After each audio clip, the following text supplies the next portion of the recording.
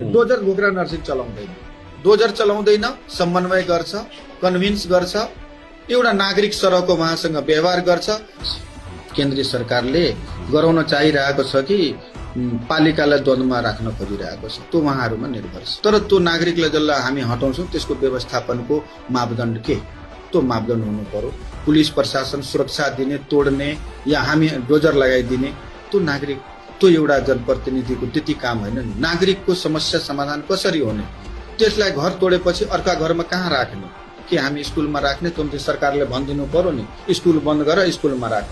खानाको व्यवस्था कहाँबाट हुन्छ? राज्यले लिएको नीति गलत छ भन्नु होइन, राज्यले नीति हतारमा लिए जस्तो मलाई लाग्दैछ।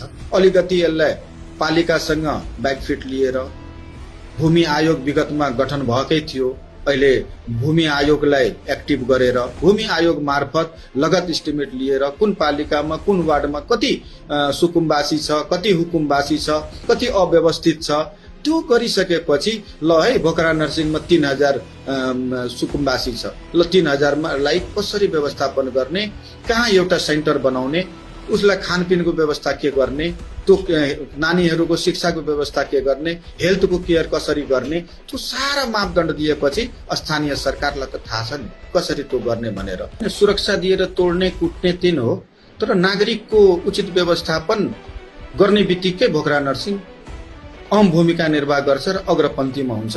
तर त्यो नागरिकलाई जसलाई हामी हटाउँछौँ त्यसको व्यवस्थापनको मापदण्ड के, त्यो भोकरा नर्सिङ चलाउँदैन, डोजर चलाउँदैन, समन्वय गर्छ, कन्भिन्स गर्छ, एउटा नागरिक सरहको उहाँसँग व्यवहार गर्छ।